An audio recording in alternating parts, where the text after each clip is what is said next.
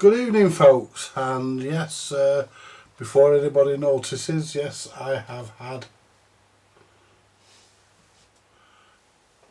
a haircut. Looks like I've been scalped. Never mind, does the job.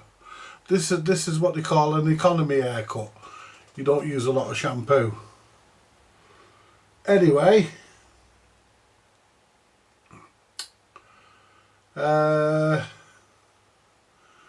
why is my chat screen not working? You know, I hate this. I always get something. I always get something that decides it doesn't want to play ball. There, it has this. It has now. Now it's gone right across the top of the goddamn screen. Yeah.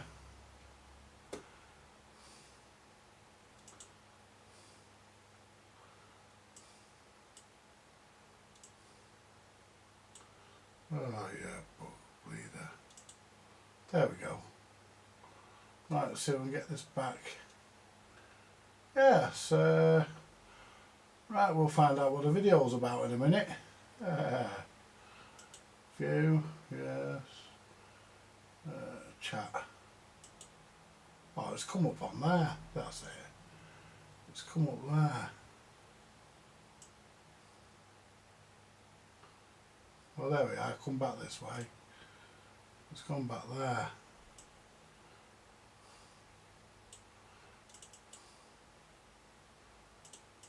That's it. It's come back to where I want it. Whoops.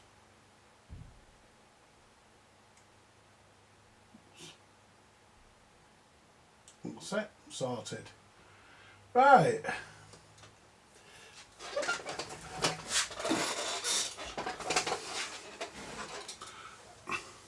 So what we're going to talk about tonight, we're going to talk about tools.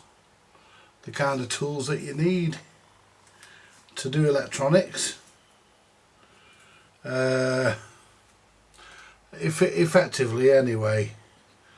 I mean, we all started off, well, not all of us, but most of us, a good few of us. We may as well have a camera facing me for a second.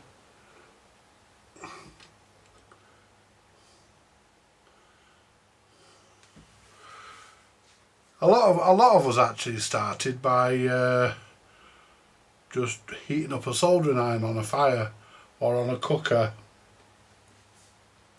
We either worked on our beds or worked on the kitchen table. Wherever we could find a bit of space, we'd do it. But those days are gone. Those days are gone now, folks, and hopefully they're never going to return. You know, the days where, yeah, where you had to do this, or, yeah, them days are gone. Far behind us now. And I'm just moving some junk off the bench while I'm talking to you. Try and tidy up my work environment a bit.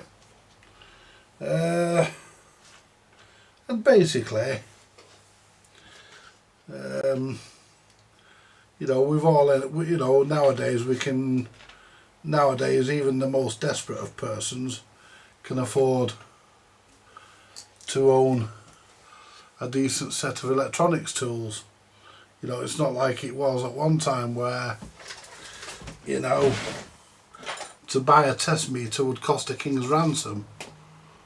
You know, or, you know, buying an oscilloscope was well out of your league. That kind of idea. You know, you get what I'm saying. But you know, it's all attainable now. I mean, when I was learning, and I'm still learning, but when I was learning, really learning, when I absolutely knew nothing, so not much has changed really, but we'll get there. Anyway, when I was learning, everything was so expensive, and You know, if somebody got something, what used to amaze me, if somebody got something that they knew you needed, they'd claim it to be something that it wasn't and charge you twice the price or 4 times the amount or whatever. You know, I've never fell for that trick, but there are those that have, I dare say. You know, somebody paying over the odds for a digital multimeter because they didn't know any better. But I've not really, I need to have finished my shave and all, not quite got under there, have I? Got around my head though, that needed to come off, I'll do my head in. I don't like hair on my head. This is an economy haircut, use less shampoo. Anyway, basically at the end of the day, we just trying to shift some of this junk, this crap off the bench, which is really a bit annoying. I'm gonna resurface the bench at some point. I know nobody's popped in yet, but somebody will. Somebody's bound to chirp in at some time, which I don't mind. That's what the chat's for. And what we want to talk about today really is tools. What tools do you need for the job? Is having a certain tool detrimental to you doing the job? And you know, can you get by without having such a tool? Well, yeah. When I first started, I didn't even have a multi-tester, not even an analog one. I didn't have one of any description. So what did I do? I got a 9-volt battery, a 9-volt light bulb, a bulb holder, a couple of pieces of wire, and a couple of crocodile clips. And I used to use that, and that was okay for finding short circuits. It was good for finding open circuits. It was good for test. You could test diodes with it because it'd light up one end and wouldn't light up if you put it the other way around. And if it was short, it would light up both ends. If it was open, it wouldn't light up. So it was good. That was pretty versatile. You couldn't put voltage through it, obviously, because you blow the bulb. Well, you could take the battery off. You could take the battery off and put something like a 20-volt bulb in it, 20-volt radio bulb or something. You could put something like that in it, and you could then test low power circuits, and you could change the bulb. You know, if you knew how bright a bulb should be at 4 or 5 volts, you put a 6-volt a 6-volt bulb in there, and you could do it that way. Yeah, it was primitive, but it could be done. And if you knew that if the bulb blew, then you knew there was more than 6 volts there, so you'd put the next bulb in. You know, so that was a primitive way of actually testing for voltages, but only low voltages. You couldn't test for high voltages, obviously not. But you know, a sharpened screwdriver, providing you sat next to the fire or the cooker, you could use as a soldering iron, just about get away with it.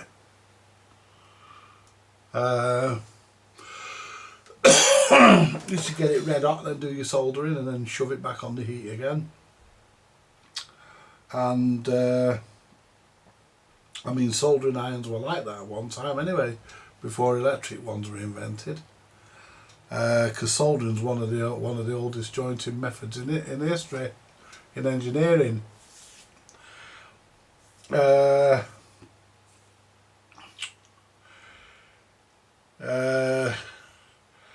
You know, testing resistors, no, you couldn't really test them with a battery and a bulb. Well, you could, the bulb would just glow dimmer, but you couldn't work out what the value was. You couldn't work out if it was if the value was correct. But then again, resistors, you didn't really pay much attention to unless they were fusible. Then you paid attention to them. You just test them with a bulb and a wire, with a bulb and a battery. If it was open, it didn't light up because most fusible resistors are very low ohm anyway, so you could test those.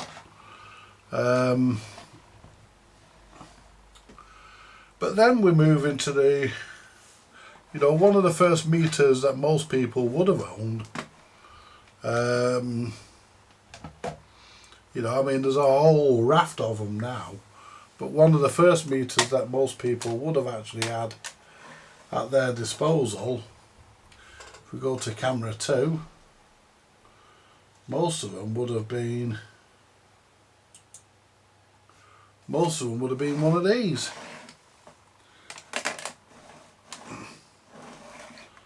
A good old analog meter. And you would have got this from somewhere like this. This would have been available from Tandy, or in America Radio Shack. But over here, these were available in Tandy. These Micronta meters that were manufactured by Micronta for Tandy. I should have a set of leads for this meter somewhere because I did buy some. Saying that, where's the probes off them?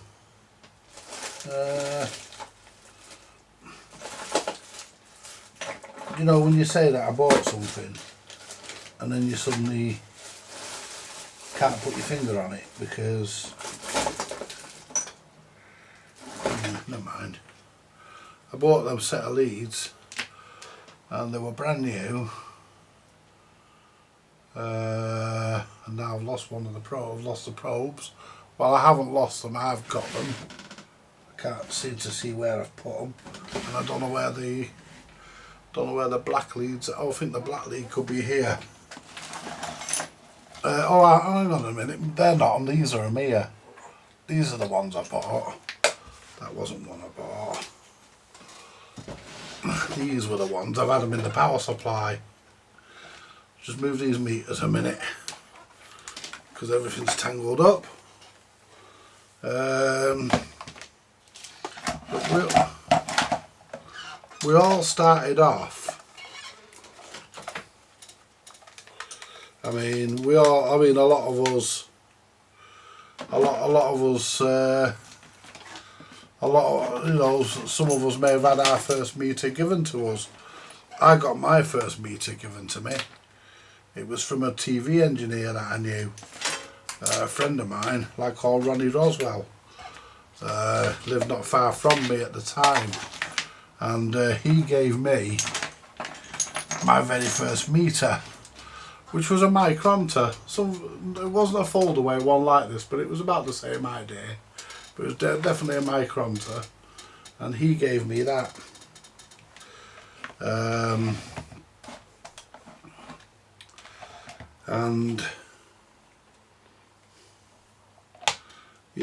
I bought these leads specifically for this meter because when I bought this meter, it had no leads with it.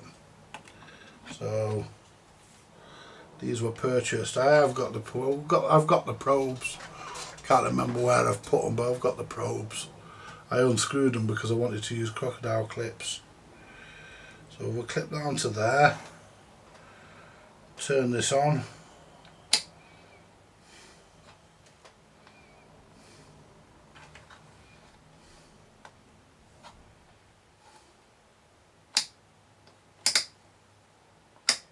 There we go.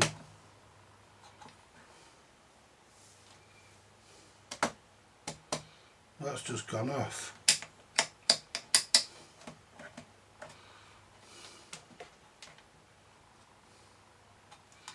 The battery gonna come out or something. That's just flicked over and gone off. I bet the battery's come out, or might be a knackered battery. The battery could be knackered. I mean, this had a battery in when I got it. But yeah, just turn that on. Hi Mike, and hello, I think it's Benji. Yeah, so there we are, it's working now.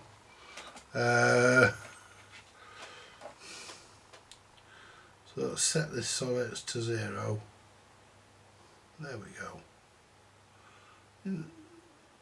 What a lot of us started off with would have been, once we'd, you know, talking from my own experience, once I graduated from a battery and a bulb, I ended up with something like this. Let's just see what the chat's saying.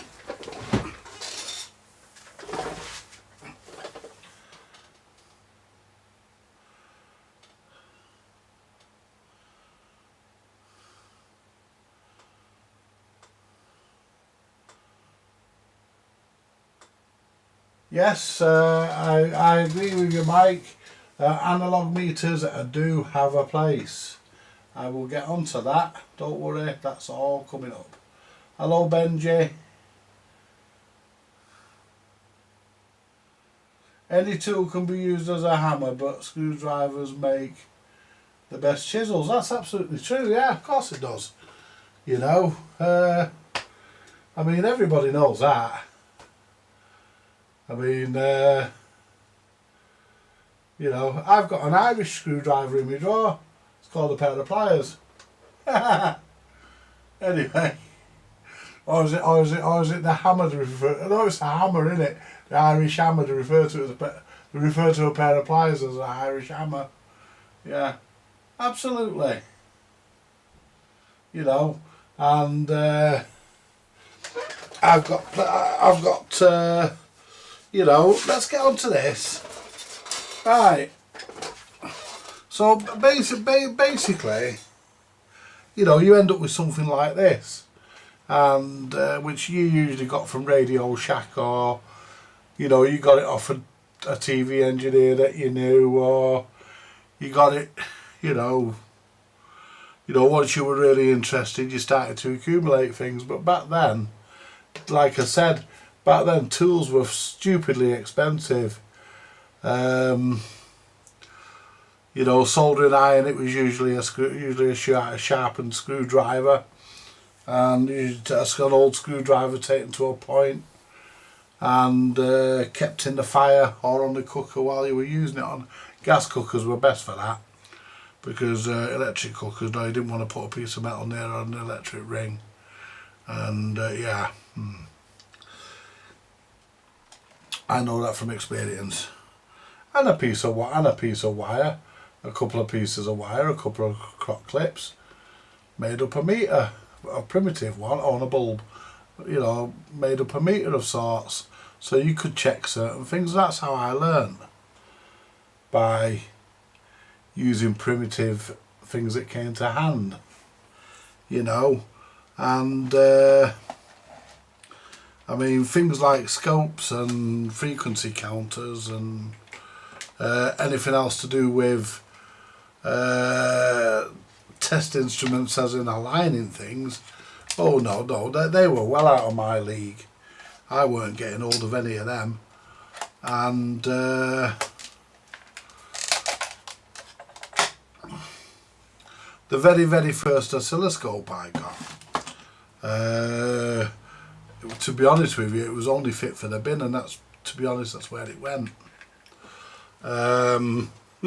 But you know, it was really terrible. It didn't work properly, and I wasn't going to the trouble of fixing it, so it just went into the bin. And you know, I got it, and when I got it, and it worked for about an hour or something, and then died. And yeah, you know, but we progress, things get cheaper. I mean, nowadays there's no excuse. I mean, things are really dirt cheap. I mean, we'll get on to talking about the tools in a minute, but you know, like nowadays, you know, we can, you know, I mean, when I bought this meter, this is my daily use meter. It's the one I use mainly. It's a Mustech, is it? Yeah, Mastech, and it has a model number on it somewhere. Stick my glasses on. I hate glasses. because you're always losing them. I should have one. I should have them on a piece of string like them old ladies have. There we go. Yeah, this is an MAS 343, and I've had this. I bought this from Maplin, and I paid I paid about £40. I paid about £40. You could you could. It does have an RS232C connector. It used to go here. It used to have this, and you could actually connect this to your computer on Windows 98, very early Windows XP. You could connect it to your computer, and it would show up your reading, but I don't know where the lead went. But you could use it for that, and you know, of course I did a couple of times, but I found this to be a very accurate meter, worth picking up if you see one. And could do a bit of a clean nowadays, like, but you know, it's 20 odd years old. I've had that for as long as I've lived here, pretty much. I think I was there about a year or two before I bought that. You know, then we go to, then we go to, we won't quite go to the specialist tools yet. We'll go back to camera 3 and we'll rove round. Right, we'll go up to camera 3. Right.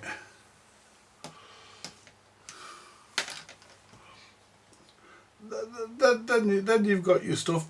This sort of stuff is not actually essential, unless you want to do a lot of aligning. You don't need you don't need a signal generator unless you're doing a lot of aligning. The next one down is the I just moved these. There we go. The next one down is the function generator. You don't need that unless you're doing a lot of that sort of signal, unless you're doing a lot of signal injection into things. I mainly just use that for audio. Frequency counter, the same thing, unless you're doing a lot of, I mainly use that for CB radios. Unless you're doing a lot of CB radios, you don't really need that. But I bought that because it was cheap at the time. It's not a cheap instrument. It's a Rycal instrument. It's not a cheap instrument, but I got it for a cheap price from a friend. And below that, I've got me Unity. Let's just tighten this up. And below that, I've got my Unity. If I can ever move the camera, my Unity. I'll say it eventually. I've got my Unity test meter there. My bench meter, which I don't really use, but it's there. I don't really use it because it means it's not auto ranging, and I have to keep turning the knob for different ranges, but it's there. If I need an extra meter on the job, I can set that to a certain voltage and I can clip it to somewhere. It's got its test leads plugged in. Behind that, which you can't see, I've got an AVO8, AVO7. I do own a few AVO8s. I've got an AVO7 on the shelf there for Steve. And because I got a few of them off a friend, and they didn't cost me anything, they were given, and I promised one to Steve, so got one up on the shelf there for him. And you know, what you really need in your arsenal these days, you need a good multimeter. Now, I bought this one at Christmas.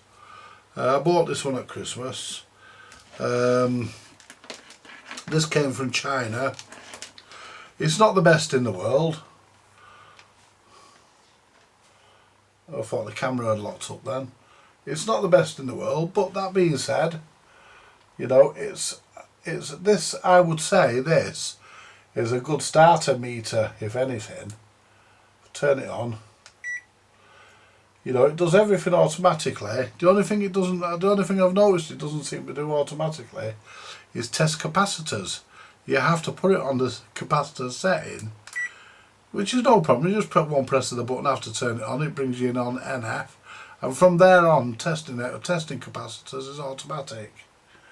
You don't have to touch it then, and then just go back to where. Then you're on diode voltages for testing diodes. Then you're on ohms. Then you're back to auto. It deals with AC and DC voltages automatically. It tests frequency. It measures the ambient temperature of your room. Why you would want the meter to do that, I do not know, but it does. It has a torch in case you need to go for a pee. It has a hold button, and you can also test it'll also do non-contact voltage. It won't show you the voltage, but a line moves along here. Oh, sorry, a line moves along there. You know, but I got this at Christmas, and I ordered it at Christmas. It came last week, I think, and I did a review on this meter. And I think for the beginner, I think this is a very good meter for the beginner. It's not as accurate. I think it's about a volt out or something daft. It's not as accurate as my Mustech, but there again, none of my meters are. That seems to be the most accurate meter I've got. But it get you home, it get the job done. It's more than adequate, and it's certainly better than what I started out with when I was a kid.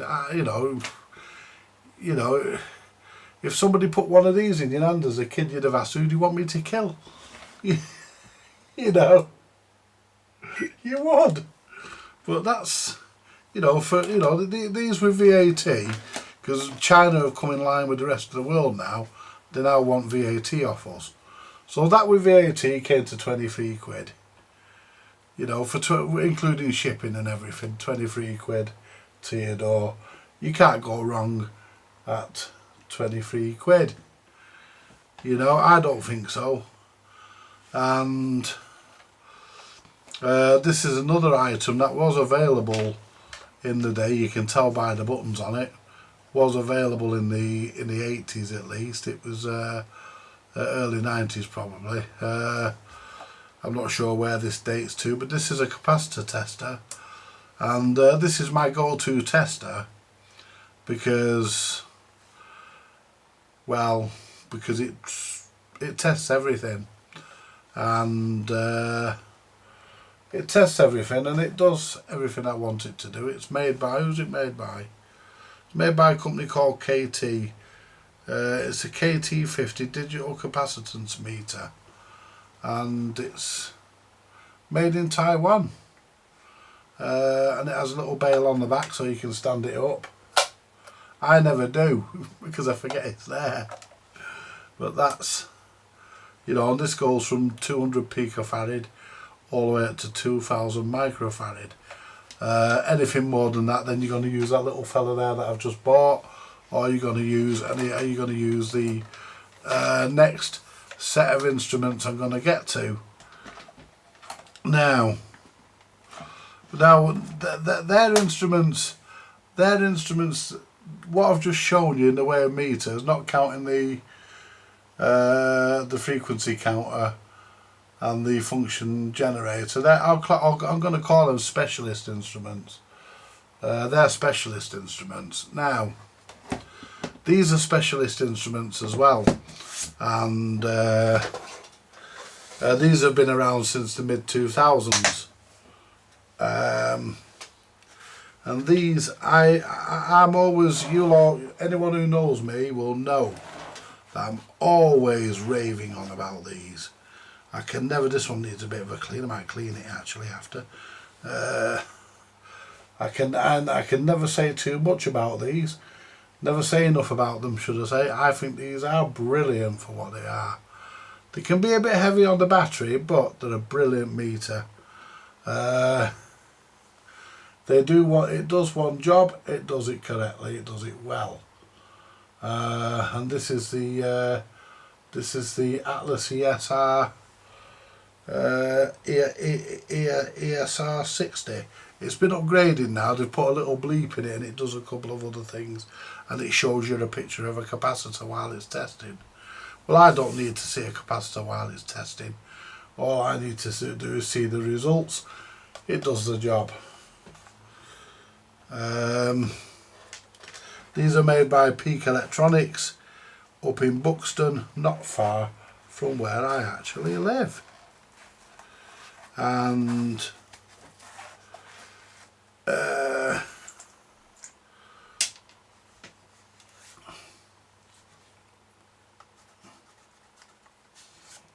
right, this needs a bit of a clean as well. This is the LCR LCR40. This has been upgraded as well, because this one does a bit more than what this one. The new one does a bit more than what this one does. This will test capacitors. Doesn't do ESR, but it'll test capacitors. It'll do resistors. It'll do inductors. Yeah. That sort of thing. It tells you on there. I think it tells you on the machine on the instrument what it does. It just says automatic passive component analyzer. But yeah, it'll test quite a few things. And I use that for mainly testing inductors, really, or resistors. Because after a certain point, it tends to read capacitors. It tends to read everything as picofarad, and I prefer things to be read in microfarad if possible. If it is picofarad, then fair enough. But yeah, it's a good tester. But these are specialists. I mean, these are what the, you know, these are really. I mean, if you're getting into the hobby and you can afford to get these, then get them, because it'll save you a lot of legwork. And this one is the Atlas Peak, the Peak Atlas component analyzer. It doesn't say the model of this one on the front. This is one of the newer ones of the ones I've got. Oh, this is the DCA 55. Made in England, in Buxton, not far from where I live. Yeah, it's still got a good battery, no component detected. That's because there's no component on it. And what this does, this will test all your diodes. It will test your transistors. It will test MOSFETs, I think. It seems to do pretty much most semiconductors. It won't test chips, so stuff like that, but it will test most 2-pin and 3-pin semiconductors, unless they're labelled as an IC, then you sort of stuck. But yeah, this is a good tester for what it actually is, and it does the job. And I think, if I remember rightly, I think when I purchased it, I think it was about £100. It sounds a lot, but when you consider it's going to get the job done, you know. And at the time I purchased these, I was working, so I could afford to get them. Otherwise I wouldn't have them. But the other one we've got, which is not one I use a lot, this one is the cleanest out of all of them, and it's the one that always has its battery stolen, because I very rarely use this. This is the Peak Atlas SCR. This is a triac and thyristor analyzer, and it's the SCR 100. Not a lot of people seem to have this one, and I bought this one because it was. I thought, well, why not? I've got a battery in there. No, I thought, why not? But you know, They do one for checking telephone lines. I didn't buy that one, obviously. I didn't want to work into that one. For checking network lines and shit and that kind of thing. But yeah, that's not the sort of thing that you would really need unless you were testing loads of triacs. But it's handy to have, because if you get something and you think the triac's knackered, then you can test it. So what we'll do, we'll move these out of the way for a minute. Put them all back on the shelf. Actually, I'll put these back up on the shelf now, because I don't think they're going to need to come back out, and then they're out of my way. So we'll stick them back up on the shelf.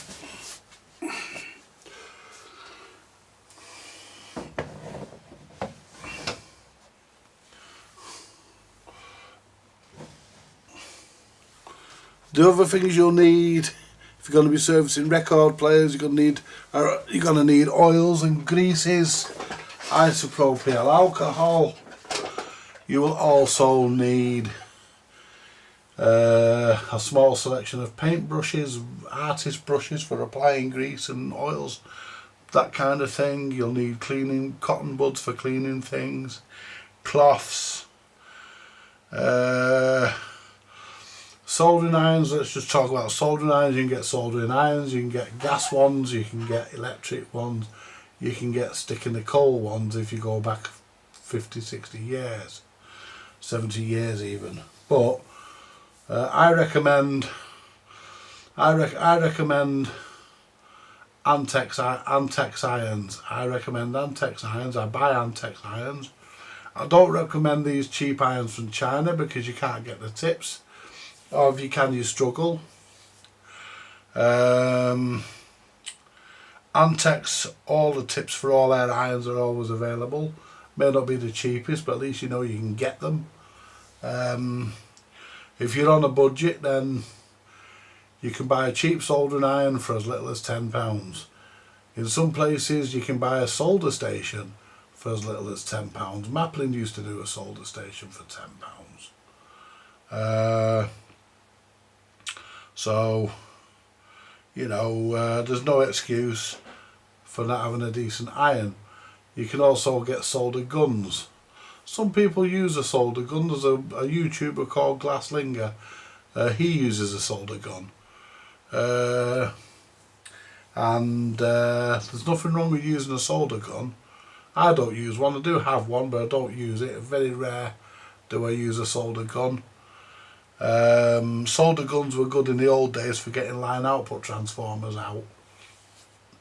They were great because a solder gun will put a lot of heat in, and you need a lot of heat to get a line transformer out. So we've covered test meters. We've covered test meters. We've covered specialist test instruments. You also may want to get, while you're at it, while you've got your wallet out, you might as well buy yourself a signal tracer. But a signal tracer is easy enough to build. I will do one night and show you how to do it. A very simple signal tracer. I'll build one night. Now, this is another piece of specialist equipment, but they're everywhere now. So they're not as specialist as they once were. This is the oscilloscope. I put this one onto the bench. The reason why is because it's what most hobbyists can actually comfortably afford. Has this got a bail on it, or am I going to have to shove Warby's wallet under there? I bet there's no bail on it, is there? No, there ain't. Anyway, I'll just come down a little bit because Warby's wallet is out of commission. Right, this is I was given this oscilloscope by my friend Mike. He had a clear out. He's a retired TV engineer. He was a good TV engineer as well. Anyway, basically a scope like this can be had for as little as what, £10. Nowadays you can pick a scope up like this for as little as £10. You can probably even do it cheap. You can probably even do it cheaper. Hey up, my friend's just come on. Richard from UKCB Radio Servicing. I did some jukeboxes for that guy way before YouTube, and I came on one night and I heard his voice. I thought, I recognise him, and I sent him a quick message. Did I do some work for your jukeboxes? And he said, yes, you certainly did. Yeah. And I helped him out a little bit. I looked after him actually when I did it, because he said to me, he actually said, you know, he said, you might not want anything from me now, but you never know, you might want something from me. And that's fair enough. Anyway, just recently I needed a manual for a CB radio, and he remembered, and he sent me the manual. He emailed me the manual, he remembered. So that's fair, that's, you know, that's cool. Brilliant. Anyway, what we'll do, we'll flick this little beauty on, if I can ever find the on off switch. Yeah, because I can never, I don't know where the on off switch is on this. I should know because I turned it on one night. It has got one on it. I'll come over and have a look at the chat in a minute. We've got a power light up there. Ah! That did something. Now, I believe from what Mike told me that this had a fault on one channel, but I don't know whether it has or not. I need to check it out, but both channels do fire up, as you can see. Both traces do come up, and if I can just turn it to me a little bit, there we are. They are perfectly bright. There's a lot of brightness on there. That's the focus.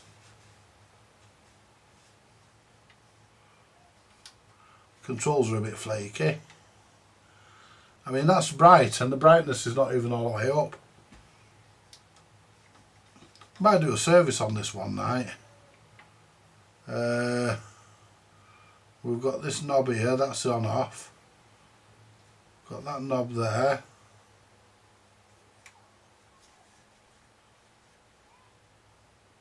That just sharpens and unsharpens the picture. We've got a variable, whatever that does. This one is store, enhance. Oh.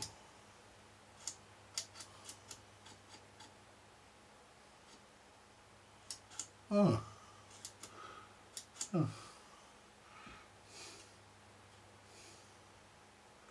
Single shot.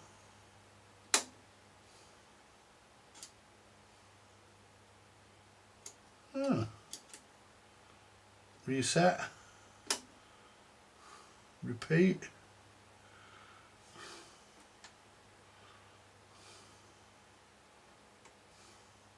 And that adjusts the time base left and right. The horizontal. That does pretty much some of the same.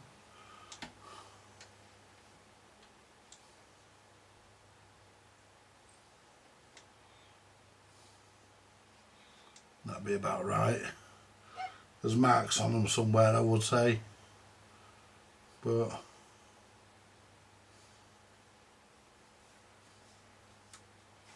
yeah.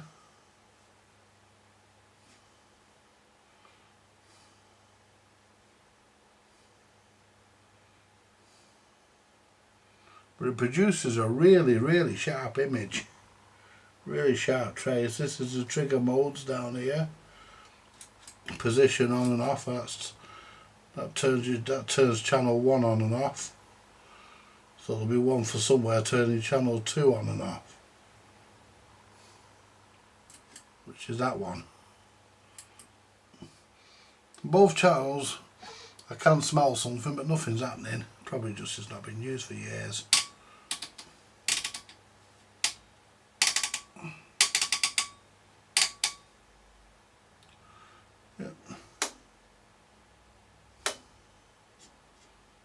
yeah.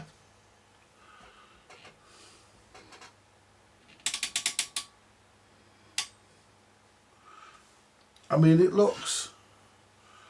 doesn't look as bright, as sharp to you on the image there. Oh, I turned the wrong one. But I'll tell you what, I don't know what that does. I wish I knew what that does. It's connected to this here. Let's press that. No.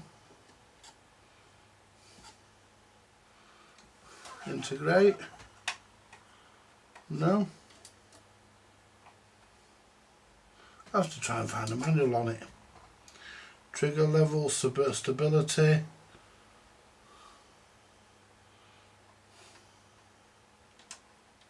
But there's all sorts of things here. I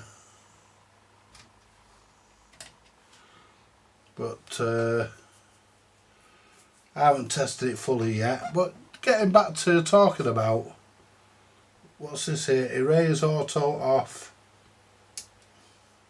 Manual. I don't know what that does.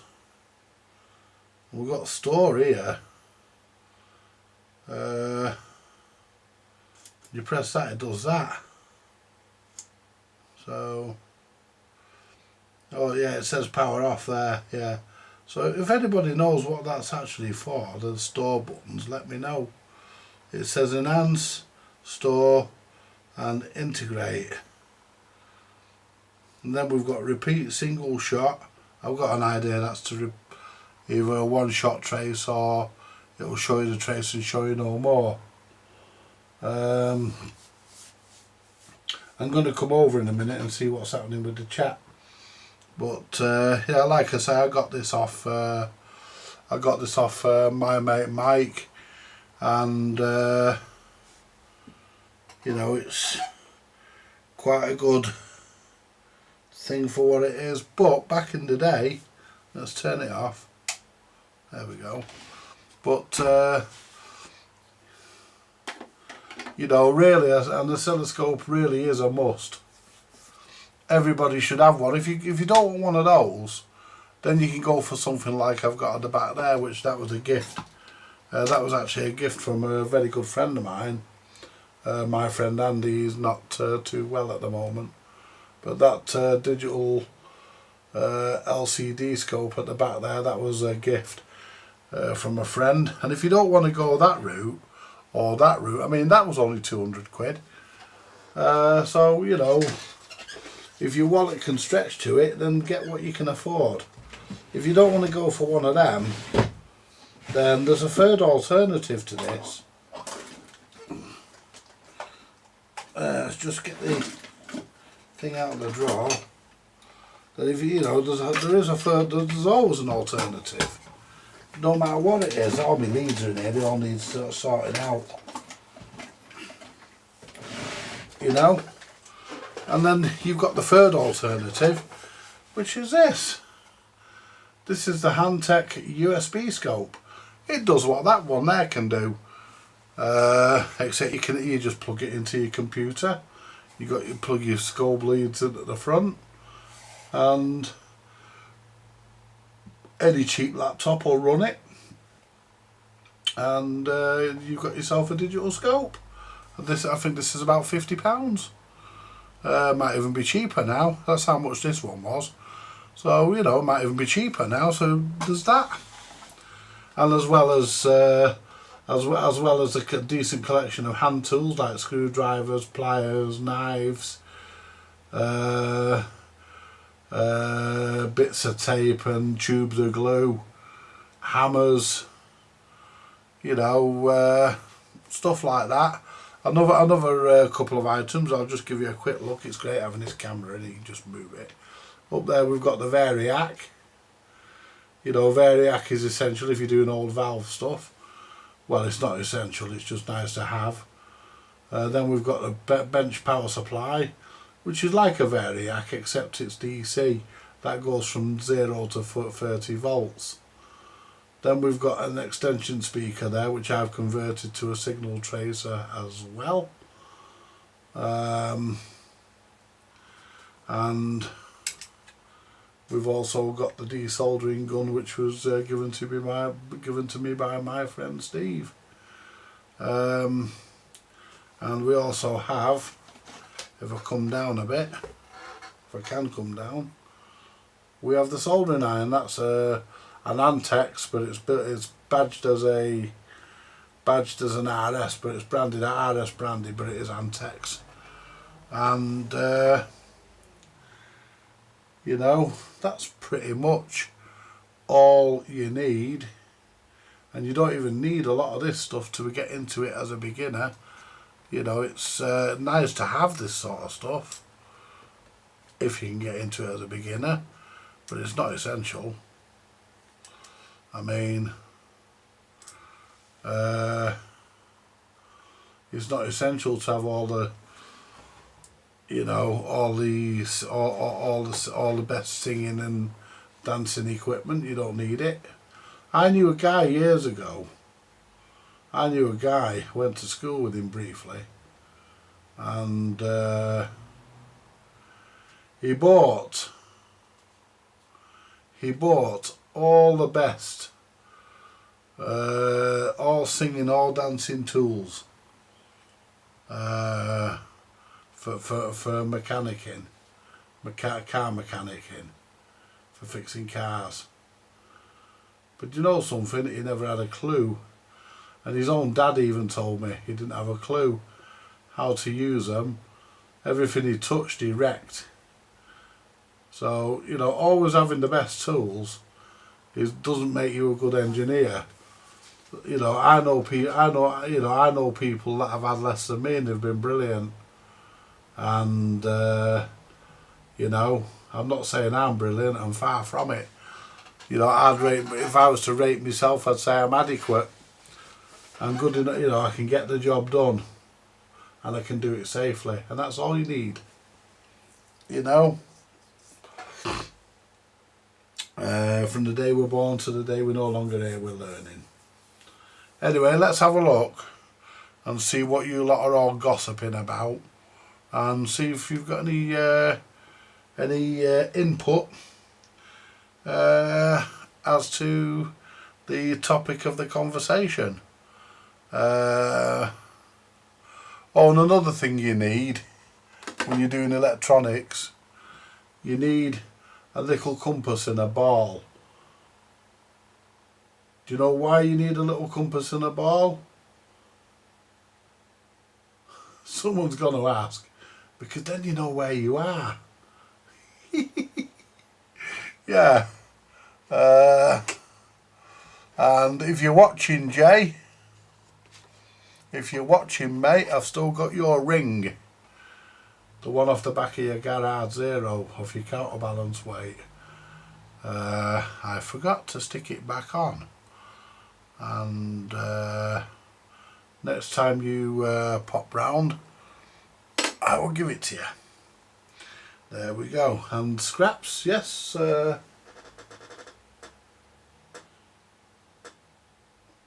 Oh, I thought it said scraps. Nice scope. Yeah, it is, Mike. It's you know, we're on for long. Like, it's a bit warm. Mind you, it's got valves in it. I'm going to do a service on that one night and you know, get all the dust and dead insects and stuff out and really give it a good go and see where we end up with it.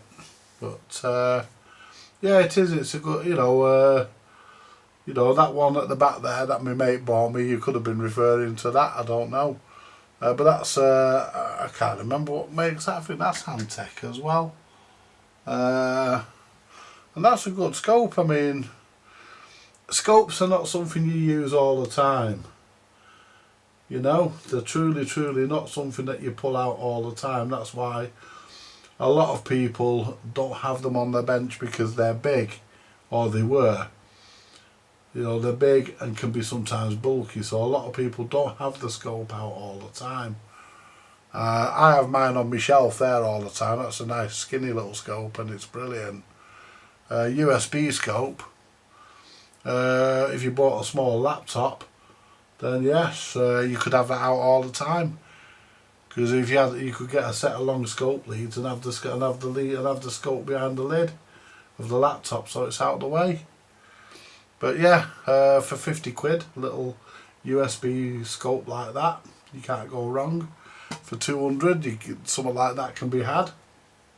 And for around about a tenner, starting from a tenner, something like this, you know, some nice old scope like this can be had. It's, you know, depends on what you actually want to go for and what you're actually going to use it for. I mean, if you're going to do vintage computers and stuff, then a lot of this stuff is applicable.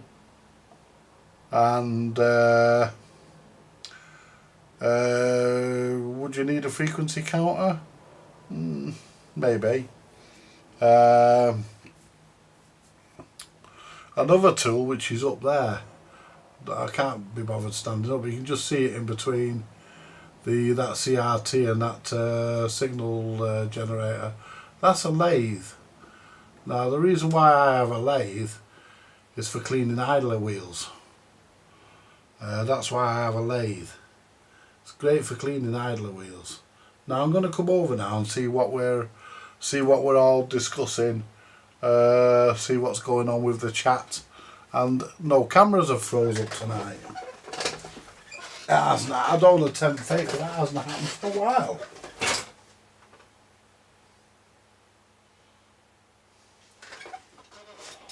So let me just move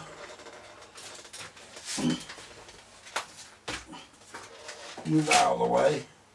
I've got the Mildred coming in a bit as well. He's going to drop me a bit of shopping off. I asked him to get me some shopping. Bless his cotton socks. Anyway, let's go up to the chat. We'll start at the top and we'll come down and see what everybody's saying. Racing Demon Mike is saying hello Andy. Some nice old analog meters. Still have an AV08, yes. Still has its place, Mike, and it always will, mate.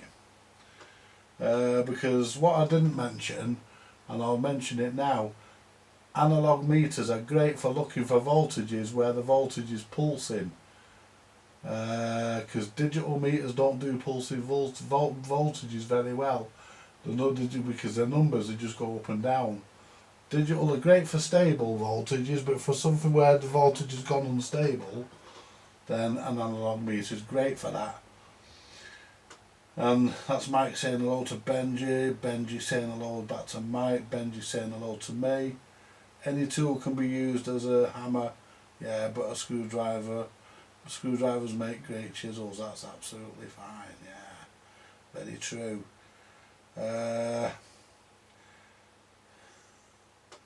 Benji still has an AVO meter, absolutely. Archie pattern, I've got one of them. What's Benji saying here? Best move was telling my friends and family about my hobby, and they started buying me screwdriver sets and wire cutters and for birthdays and Christmas. Yeah, it's better than getting a pair of socks or a tie. I agree. Good thinking, Benji, says Mike, absolutely. Benji's then saying my first multimeter was a really cheap analog meter which I got from our local shop. We referred to it as Hong Kong Corner. Hong Kong Corner, yeah. As everything in that shop was made in Hong Kong. Yeah. Not wrong with that though. Naturally you blew it up, yeah, well that's good thinking, Benji, that's what you have to do with your first meter. My next one was from Tandy. Then I bought a Russian made, I had a Russian made multimeter actually. Bloody great big thing. He still has it, I haven't got mine. Mine got stolen. I managed to blow up the rechargeable button cell for it. I don't know. I think we've all blew a meter up. Good meter for the money, Mike saying. I think you're on about the Mastech. It was a good meter, it still is. It's my daily meter. It's one I use all the time, as you know, it's in all my videos. I try other meters, but I always go back to it. Old Faithful, definitely. Mike said my first analog meter was from Maplin's. Now I have about a dozen multimeters. Yeah, we all accumulate them, don't we? I have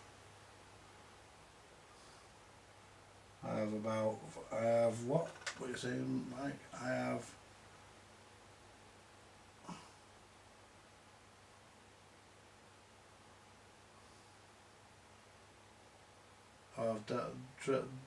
drilled 5. Oh no, my eyes are playing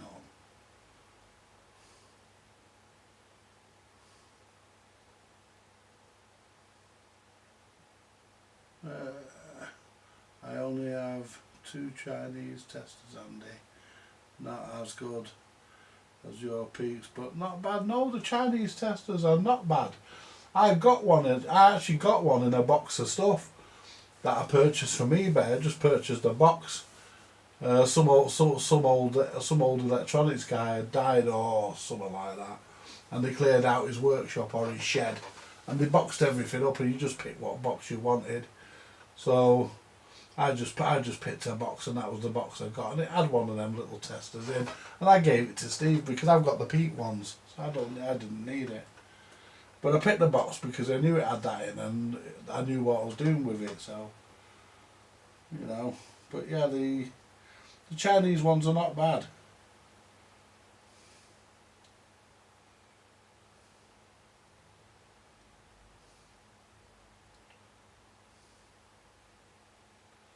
Could use that for checking SCRs in Grundy tellies. Yeah. Hang on.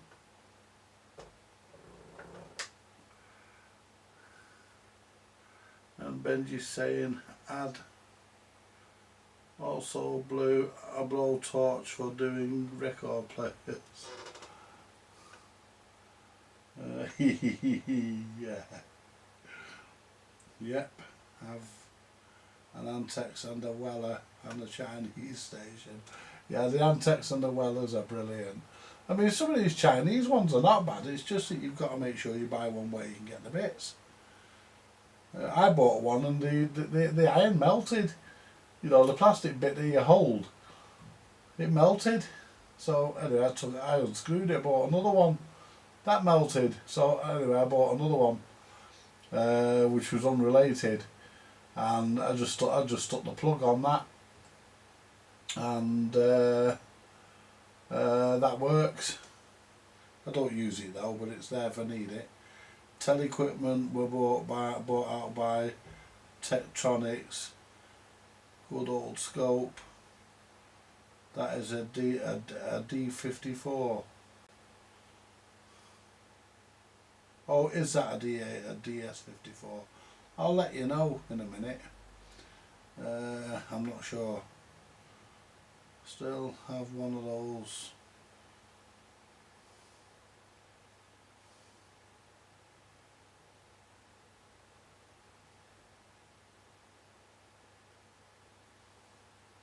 Still have one of those ones you put in the fire.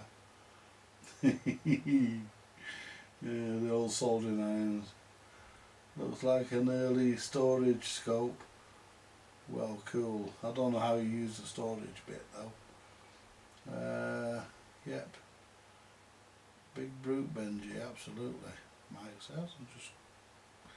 Hello Simon. Hello Simon.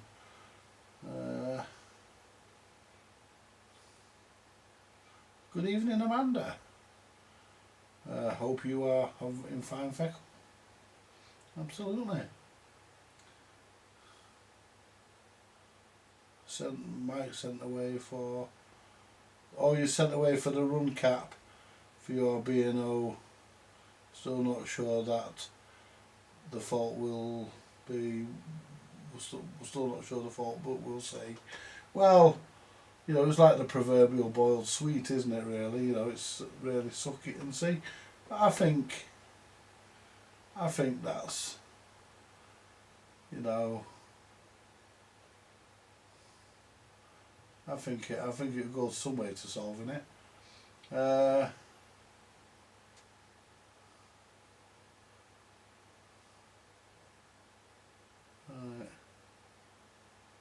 Right, where are we at now? I've lost where I want to.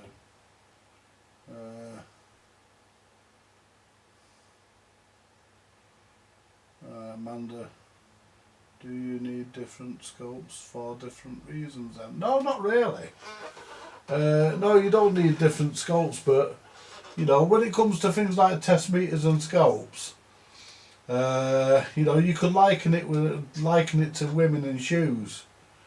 You know, the more you've got, the better you feel, I suppose. I've got that scope that we're looking at now. I've got that because it was free. It was from a friend of mine. The one behind it, my main one on the bench there on the shelf, that was free because that was from a friend of mine. A very grateful friend of mine bought that for me. I helped him out, and I didn't want anything for helping him out. I helped him out because he was a good friend. He still is, and he bought me that as a thank you. And the USB one I bought myself. So, you know, but yeah, we like women. We like shoes and women. We can never have enough. You know.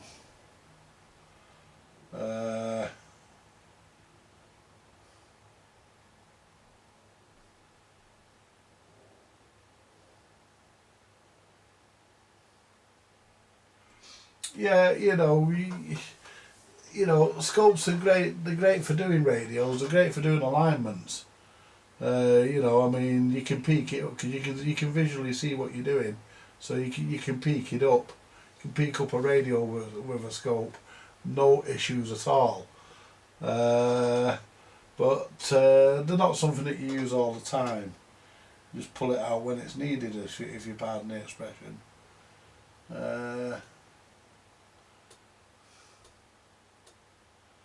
No, one scope will do.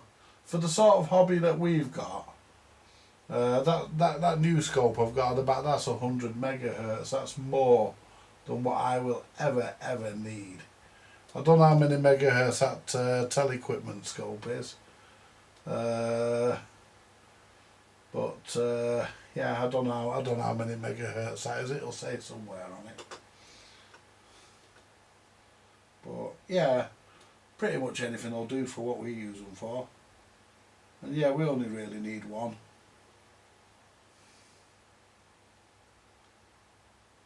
Try again, a record player with a built-in screen.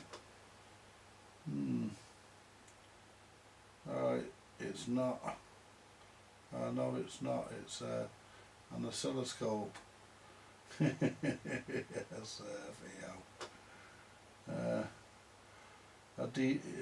Simon had a D50. Simon what's his last name? Spears, is it? Spires? Had a D54 with shorted secondary new transformer. Yeah, it doesn't do good when you get them like that, does it, when they develop a problem like that? Unlike shoes, with scopes you don't get much choice in the range of colours though. No, that's true. I only have about 12 pairs of shoes. Amanda tells us she only has about 12 pairs of shoes. That's a lot then. Yeah, considering you've only got 2 feet. Yeah. Yeah, we love it, don't we?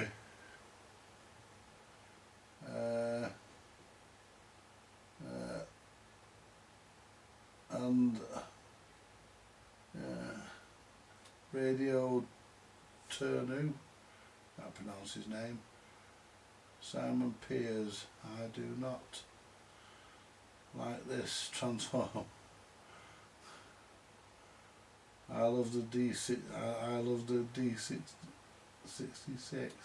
Well, let's just for curiosity see what model this teleclip scope actually is, because I don't know. I mean, how often do you think of looking? You know, I don't know what model it is, but we'll soon know.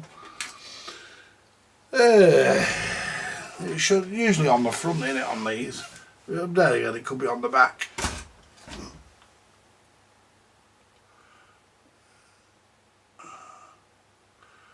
See, it's got written on the top here, faulty, but it's not. It's written on the top faulty, but it's not. It is working. Whether one channel's faulty, I don't know. Oh, this is a DM64. Yeah, this is a DM64. I'll tell you what we'll do. We'll find out whether it's faulty or not, shall we?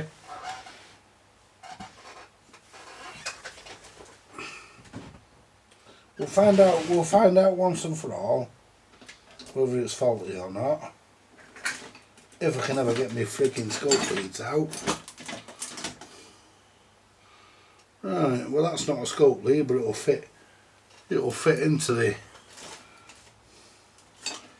BNC. Get that one out in case, get that one out as well, we can try both channels. They'll fit into it, so they're good enough. I have got scope leads, they're all buried. It shows how much I don't use the scope. So what we'll do,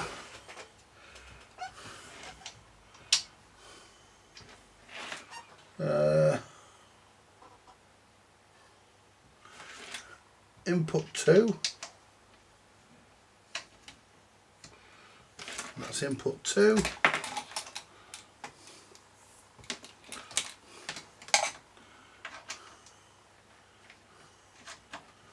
Input 1, turn the plug on,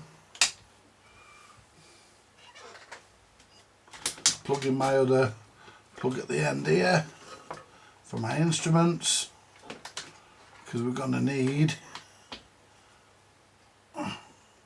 put a signal in. There we are. Right.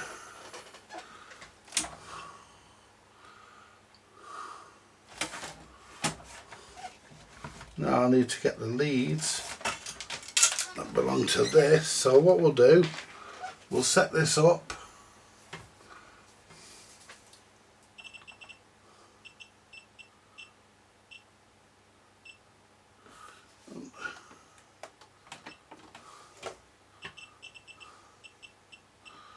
We'll put a 3 volts tone into a 1 kilohertz at 3 volts into it. Into channel there. Now what we'll do, we'll go to channel 2 and we'll do the same.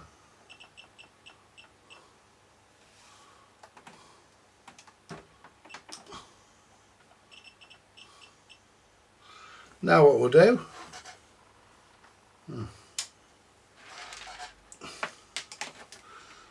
that one is channel 2.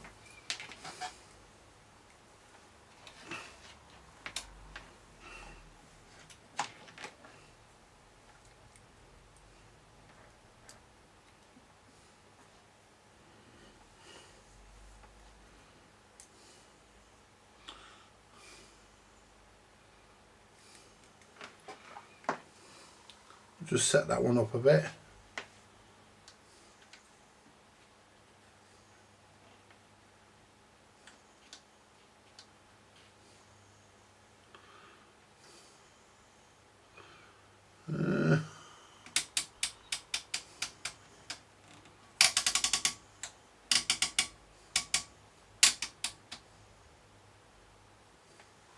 Trigger.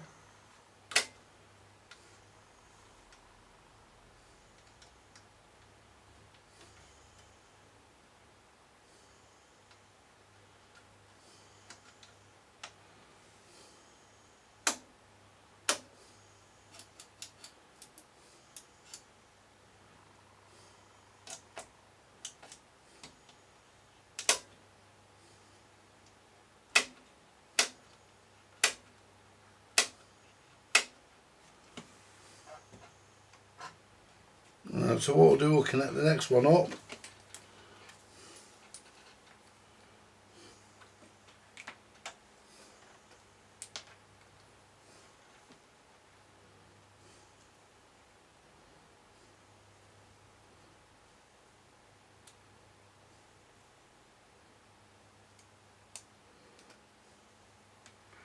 And then connect this one to there. Now let's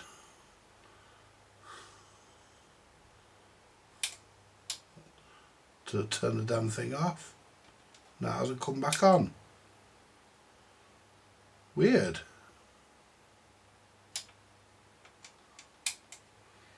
That's weird. I've turned it off and just turned it back on and it hasn't come back on. So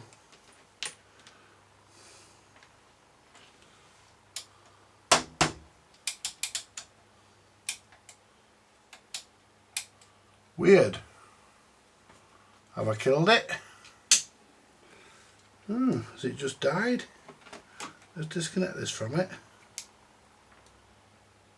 Can't see that making any difference.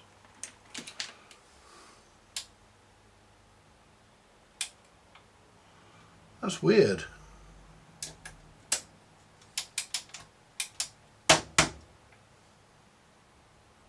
Oh well.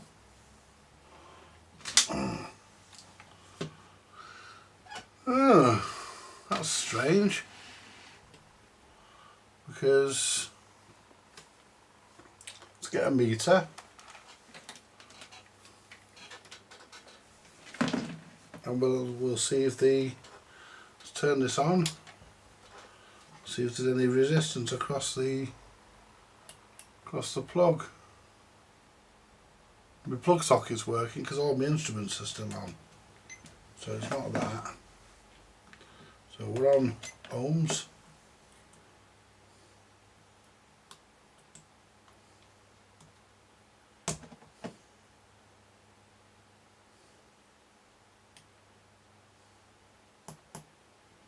Nothing. So has the fuse in the plug blown? And if the fuse in the plug's blown, why?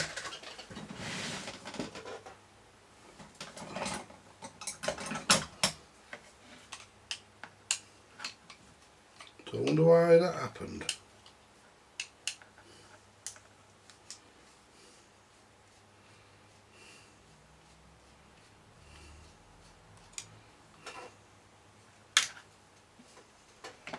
It's a 5 amp fuse that's in there.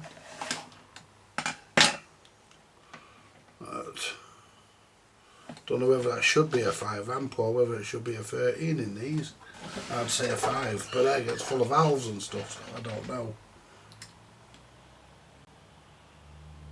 Well, the fuse isn't blown.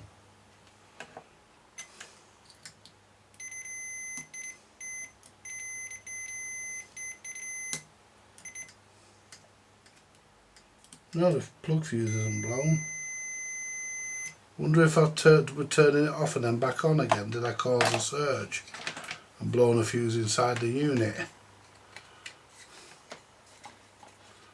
Or is there some sort of trip on that thing? I do not know, but it just went.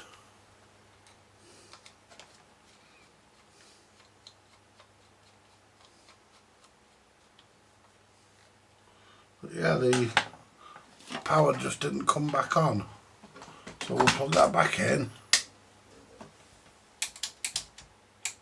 Nothing. So I don't think the bulb would have blown, would it? I don't think it'd be that. No, because the what do you call it would have come back on. Let's move this out of the way a minute. Well, how about that then, eh? If it wasn't faulty before, it certainly is now. Let's wrap these leads up. There we go. See if we can do anything about this.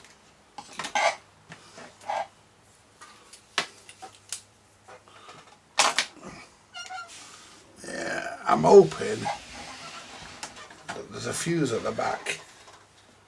There's two fuses. Oh, that's That's trace rotation, and that's a fuse there.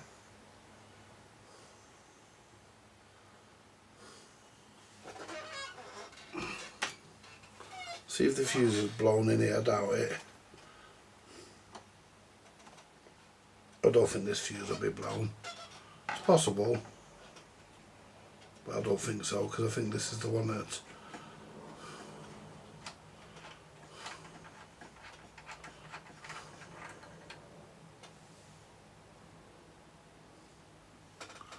let's measure it. Doesn't look as though it's blown. Looks like one of those, what do you call this, that? It's like one of those resettable time delay things.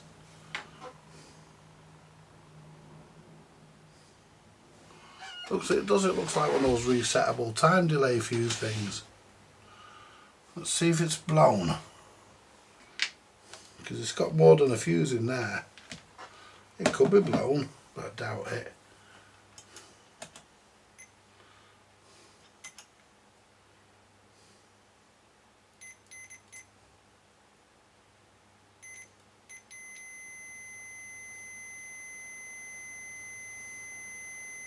Nope, that ain't blown. So it's something inside that's gone pop.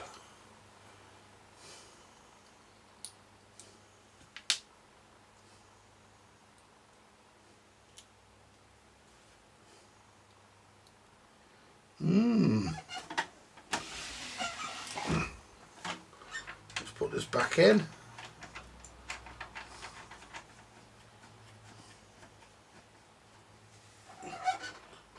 Screw it all the way in, make sure it all goes all the way in.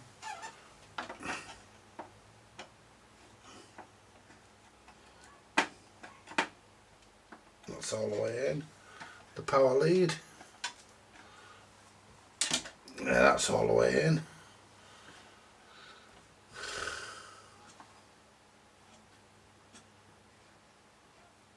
There's nothing else on the back of there, apart from the thing to rotate the trace. So I don't know what happened to it. It just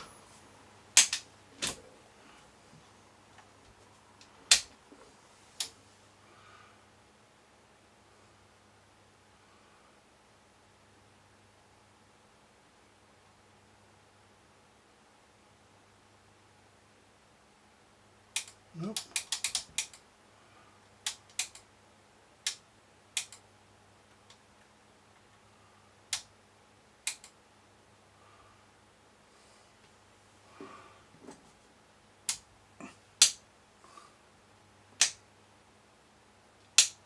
I thought I could hear a relay clicking there. It's not as part of that. So I wonder if the on-off switch is dodgy.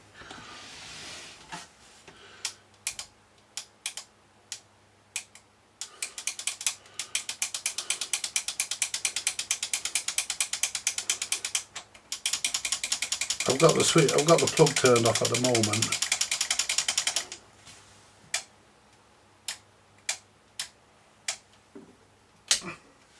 Yeah, on-off switch was dodgy. There we go. Hey!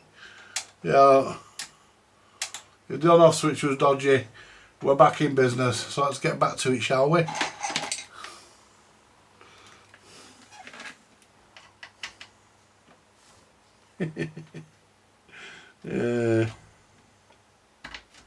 We all thought I was going to be pulling the scope apart on the channel. Nah, that weren't going to happen. It would have gone on the back burner for the next time. So that's channel 1 on this, and we'll connect it to channel 1 on the scope.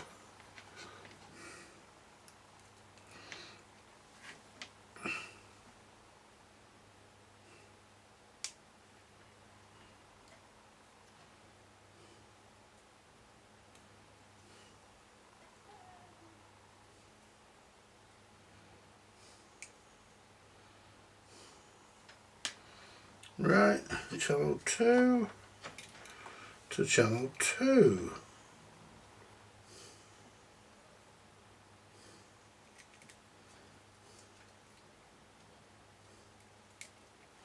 There we go. And we're back on.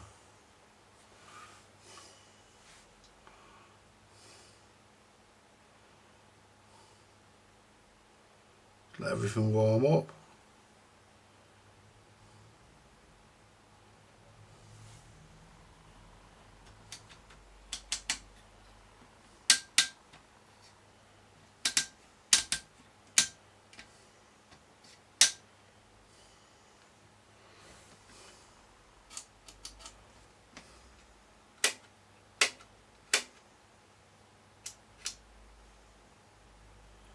So we're going to move that one.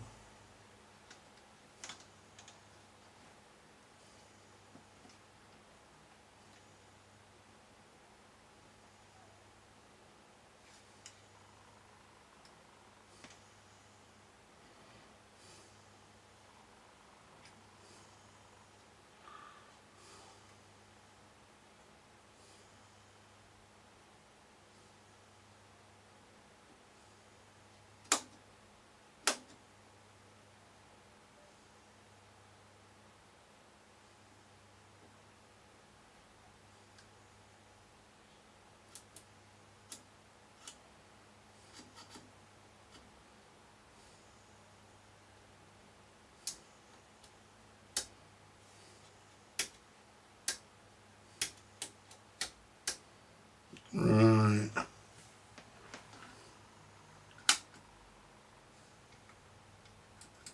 In terms of trace, so that's the top one we're playing with. Let's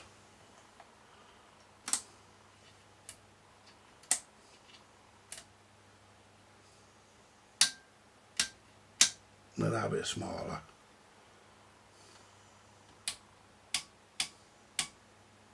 There we are.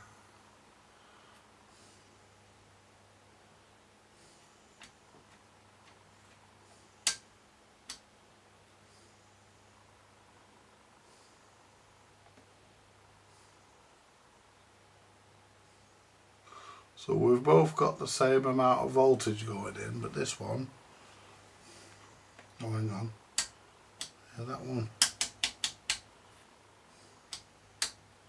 set that to there so it's the same.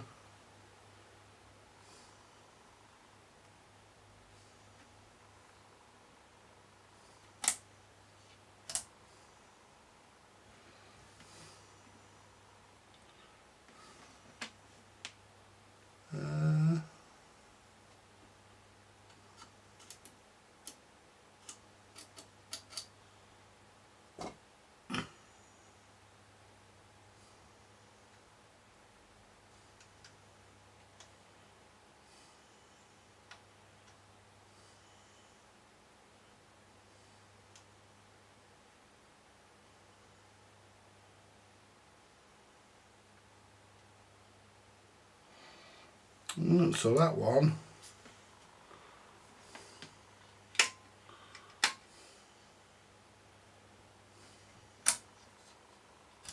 so let's swap these over.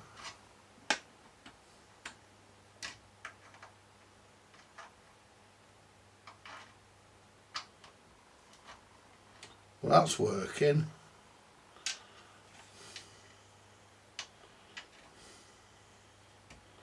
So what I'm thinking is one of my wires might have been dodgy. You know, one's come off. Yeah. This one here. That one's off there. That's working.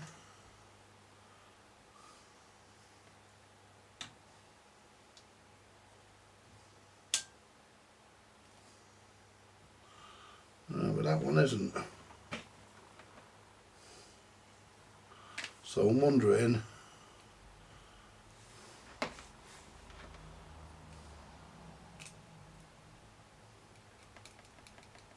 let's get another lead.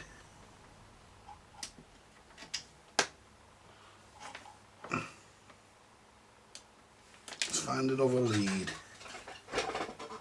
Could be a dodgy lead. I mean, you do get them.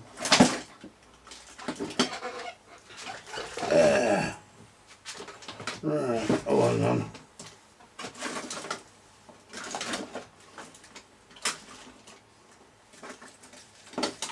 There's one here.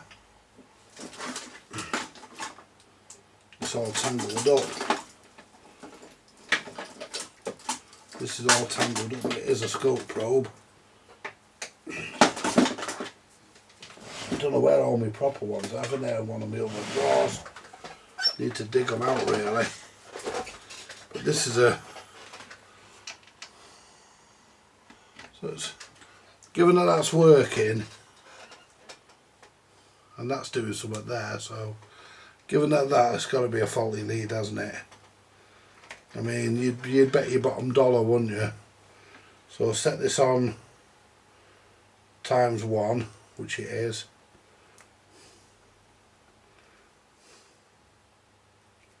Connect that to there.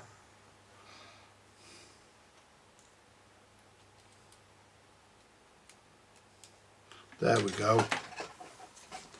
Now, just check the other channel. That's on there. Yeah. Oh, hang on, that's lower.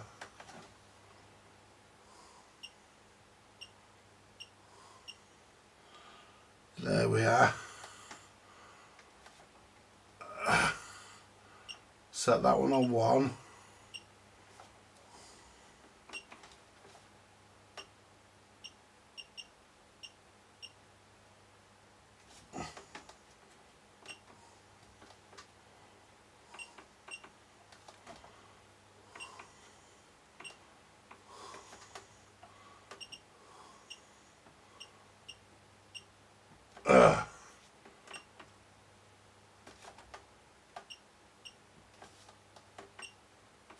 There we go, we're both set at the same, they're both set at 3. So, that's how I play.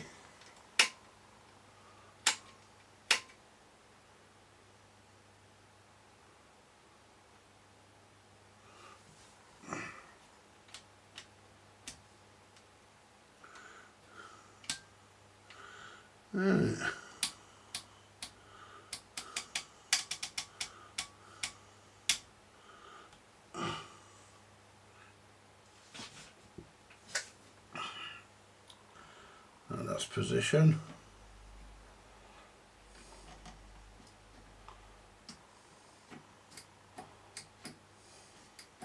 That's to swap them over. That's position.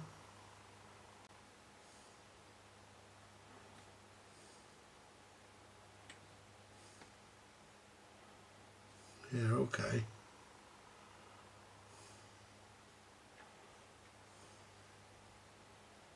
Yeah.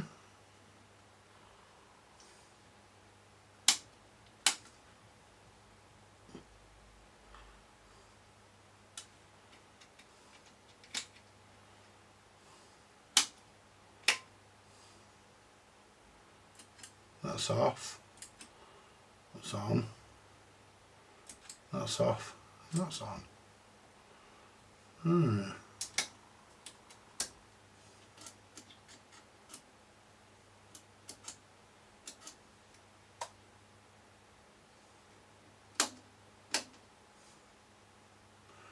Yeah, weird. It should.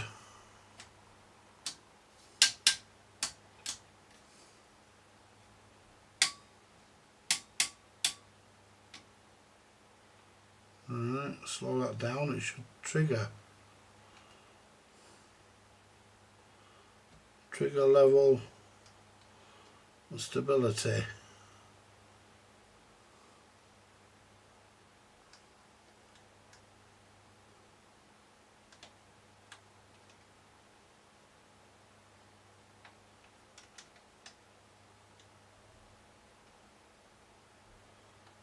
Yeah,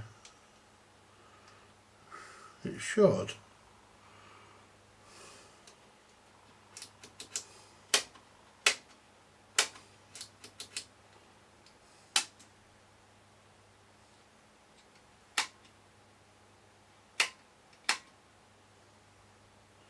Weird.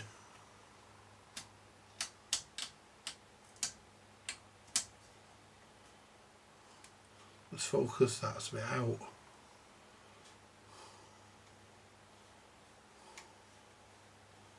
That's a bit better.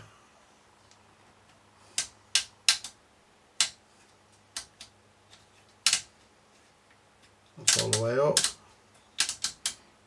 Yeah.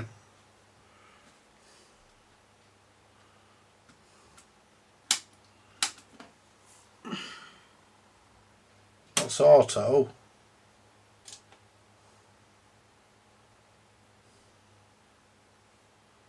Trigger mode is auto. So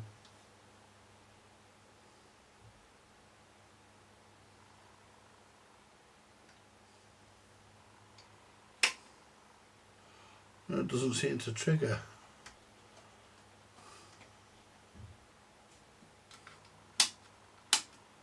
It's working, but it doesn't seem to trigger.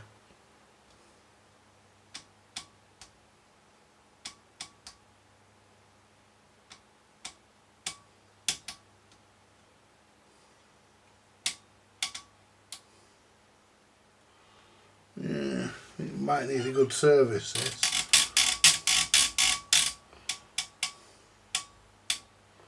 Yeah, I think it might need a good service. That's a bit better. That's normal.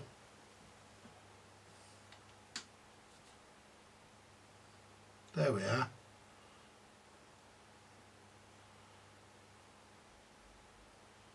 Yeah, it just needs a good cleaning.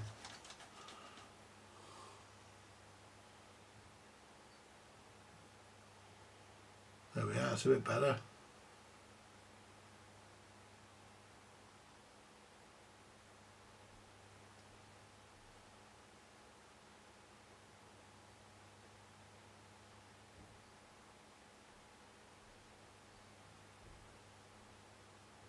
Yeah.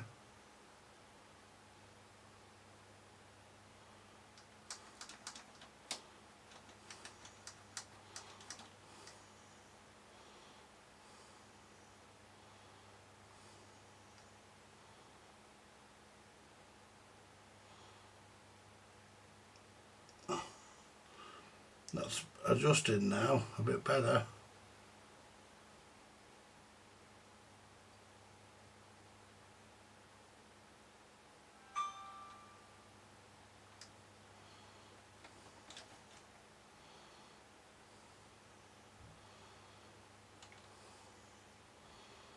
Yeah.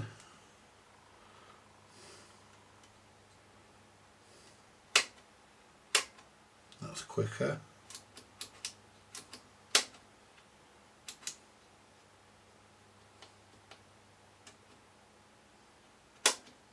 That's auto.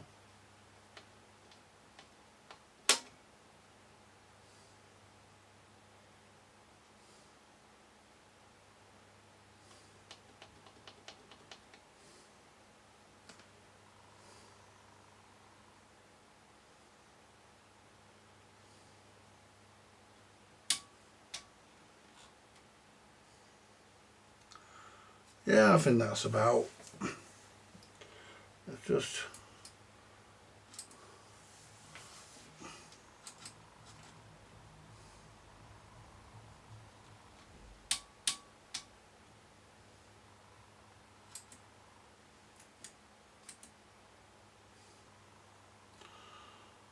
It's not.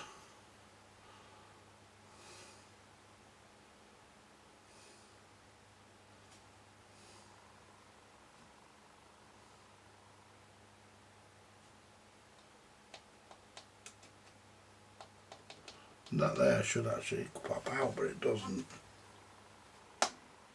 There we go. That's it.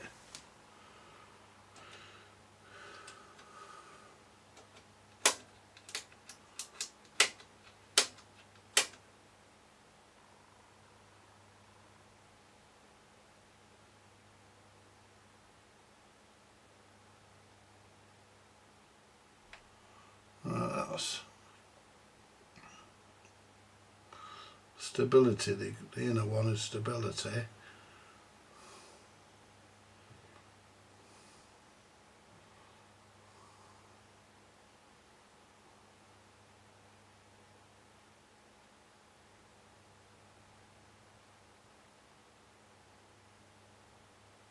we go, it's about as good as I'll probably get it.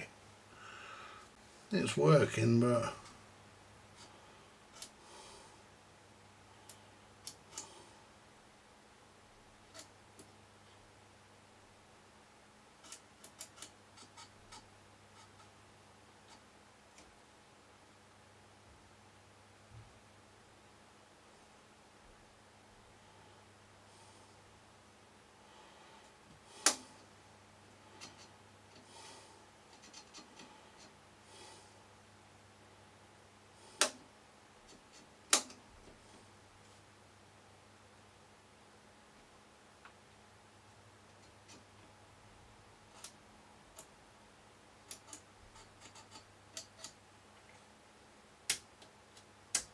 yeah.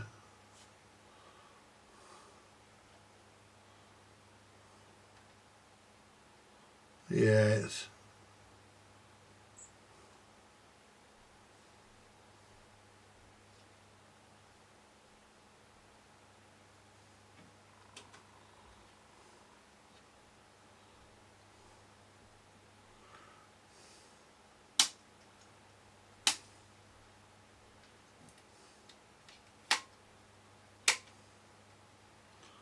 and that one there.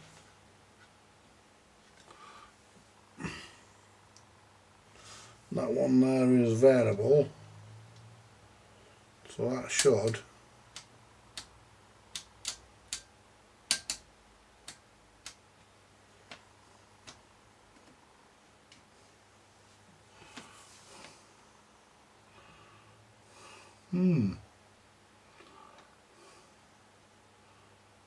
there we are.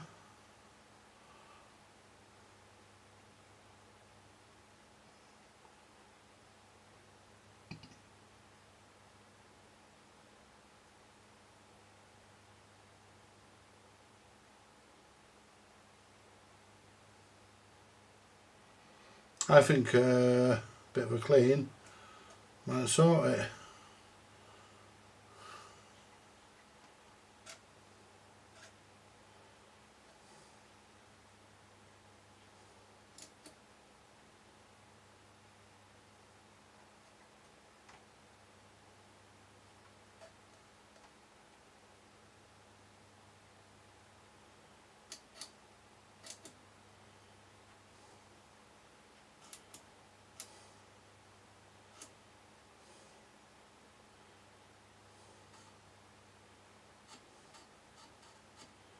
Yeah.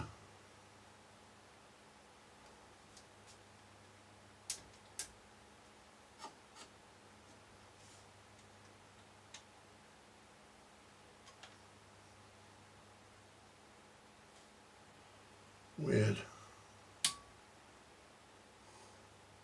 See, that one's gone all raggedy now.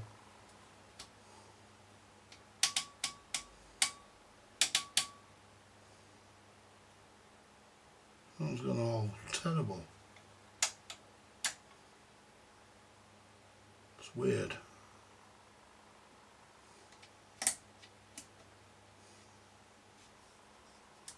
Let's focus. Brightness. It's got plenty of brightness in it though. But I think there's a problem with it.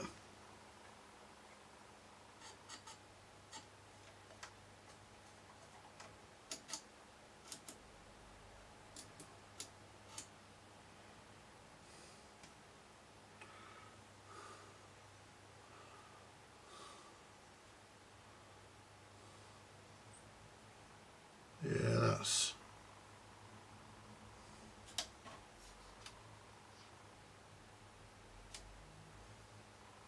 got a problem. Yeah.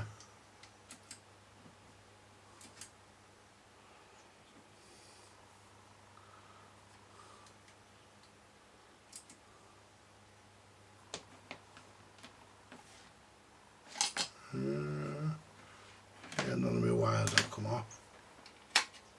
Yeah, that's sort of gone all funny now. Let's turn it off. Leave it off for a minute. I'll come back to the chat in a second. But I think it might need a few new caps put in it. Might need a service.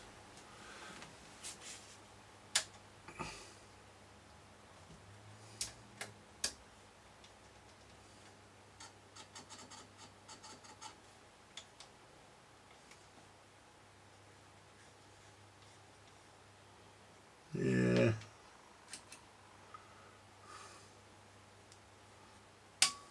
Oh, hang on, there we go.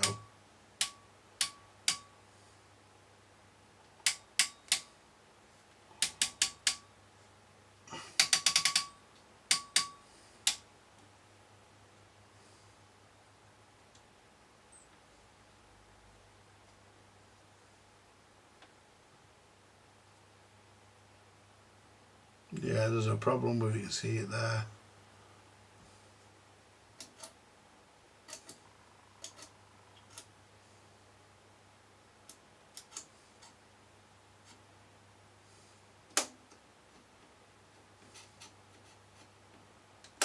Yeah.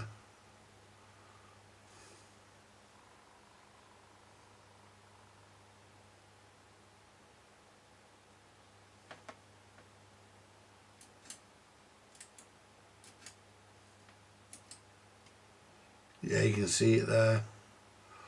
We'll turn this off.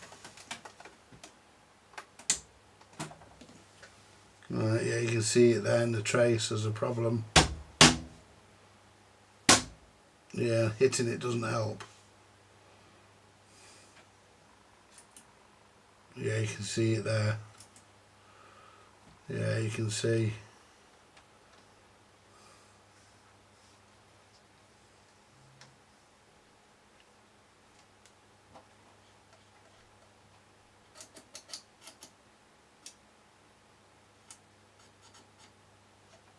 Yeah, you can see it. You can see it in the middle there. There's an issue with it.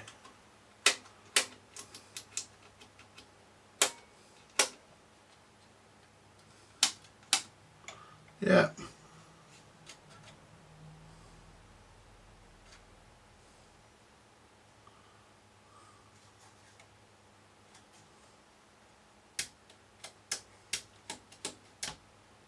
Yeah, it makes no difference. Yeah.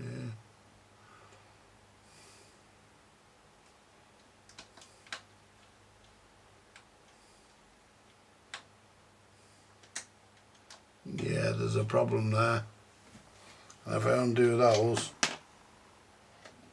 it makes no difference. So we've got interference there, so it needs work. So there we go. So that's a project for another night, isn't it? So at least we've got a project for another night. One night we'll sit there and we'll do this. When I get the manual on it. Because you don't attempt to do these sort of things without a service manual.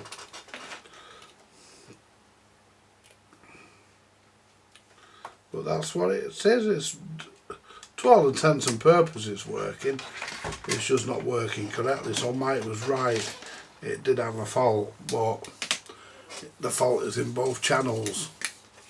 But whatever it is, it's probably power supply, because it's common to both channels. So the fault is in exactly the same place on the traces. So it's probably got a couple of bad capacitors in the power supply. So when we turn these instruments off, so when we start working on that, that's where we'll start. We'll start in the power supply. Let's put this USB scope back. Put this lead back. Well, it's been an interesting, bit of an interesting few minutes, hasn't it? Shall we see what we've got?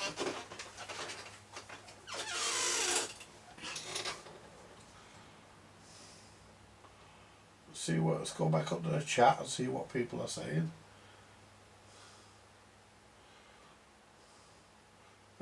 Yeah, catch you later, Mike. Give my regards to your wife.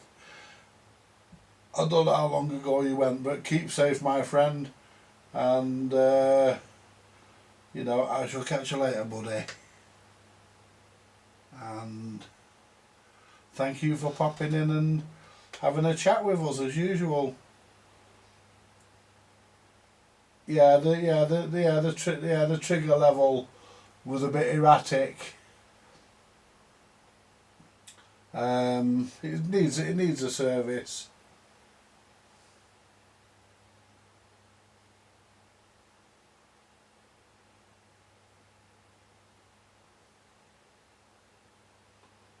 Yeah, it needs a service. I didn't notice an HF reject off. I didn't notice that.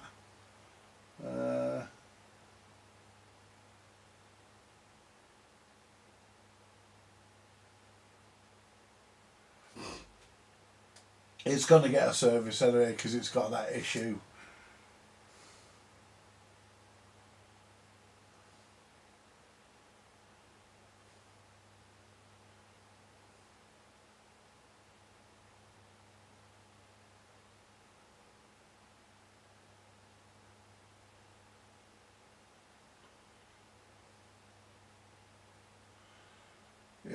Yeah, the trigger level.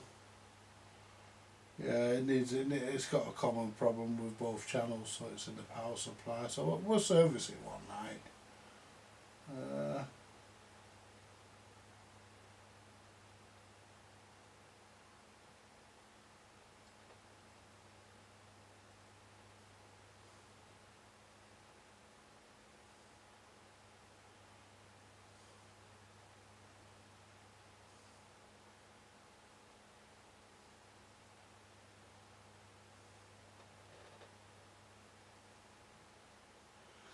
Yeah, I'll get to it all. Sometimes the wires need resoldering. I'll get to it all.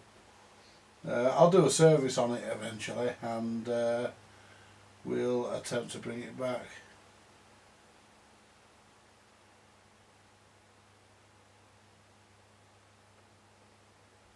Yeah, it doesn't lock, does it? So it's not locking. So we'll go through it one night and.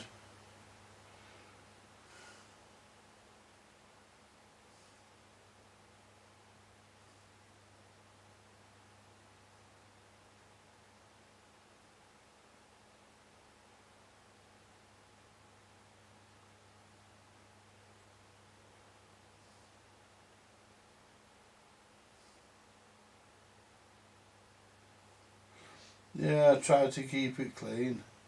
Yeah. That trace might be normal, as it is a strange scope. It might have, as it is a storage scope, it might have some delayed time base, some form of delayed time base.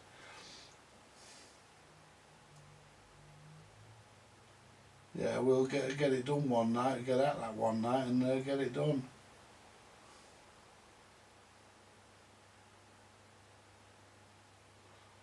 Over 50 connections to get the power supply PCB out. Evidently I won't be taking the PCB out if I can help it. If I can get away with doing the work with it in place, I'm going to do. But if I have to take it out, then so be it, but I'd rather not. But we'll see. Where are we at now? We're at 9 o'clock. Right, I'm going to call it a day, folks, or call it a night even. And so really we've gone from, you know, so really all it's been about really mainly tonight is tools. What do you need, what don't you need, what should you have, what shouldn't you have. A good set of hand tools, a reliable digital meter, a good reliable analogue meter, a scope. Everything else is specialist. Pretty much. If that's what you want, you buy it. If you need it, you get it. If you know, I mean, for many years I lived without a scope.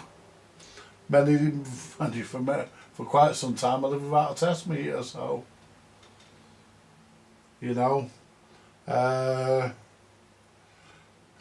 I think when you struggle to get stuff, Not only do you tend to look after your stuff a bit better, but you also catch you later. I'll be going in a minute. I'm just going to say his last few words. You know, not only do you tend to look after your stuff, but you tend to learn more about the hobby that you're buying the tools for. You know, you tend to want to see.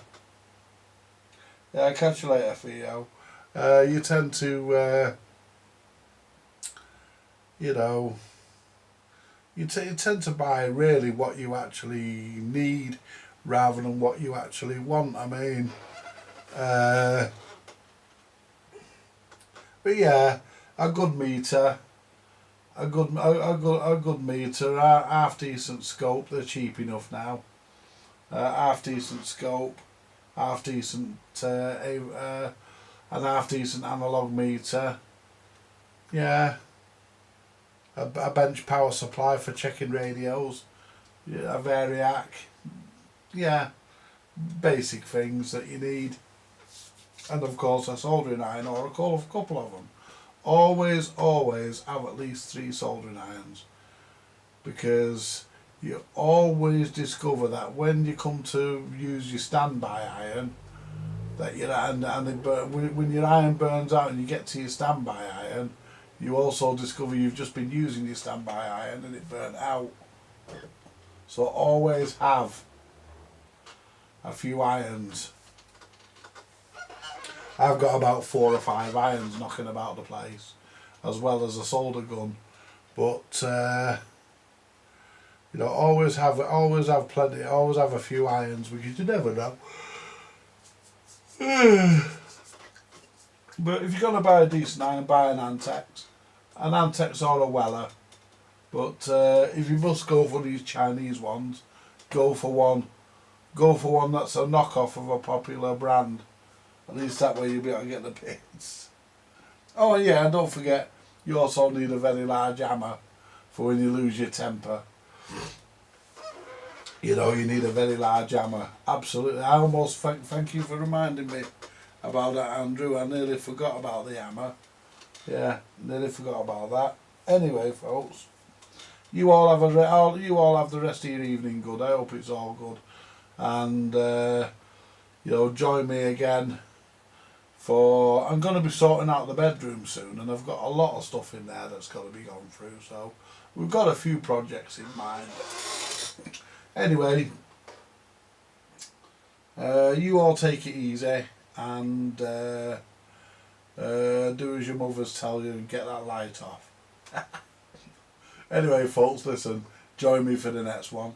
Thank you very, very much, and goodbye for now.